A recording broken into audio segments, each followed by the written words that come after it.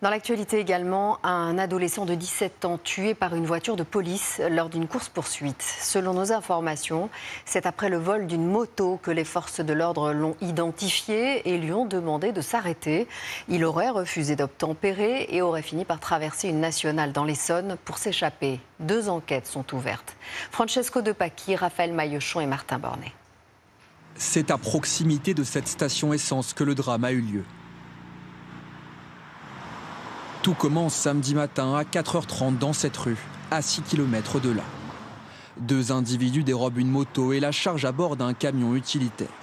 Le propriétaire les surprend, il prévient aussitôt les forces de l'ordre. Début de la course-poursuite, d'abord sur une voie rapide, puis sur une nationale.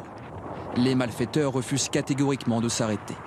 Après plusieurs minutes, ils finissent par abandonner leur véhicule ici, devant cette station-service. L'un des suspects, âgé de 17 ans et connu des services de police pour des faits de vol et trafic de stupéfiants, traverse la chaussée pour s'échapper. Il est alors percuté par un véhicule des policiers de la BAC, appelé en renfort.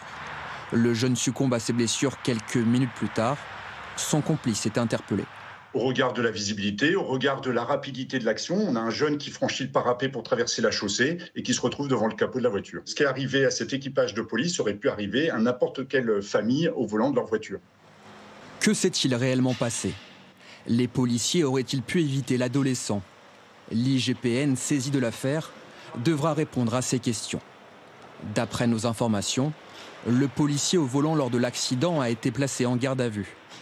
Une enquête pour homicide involontaire a été ouverte.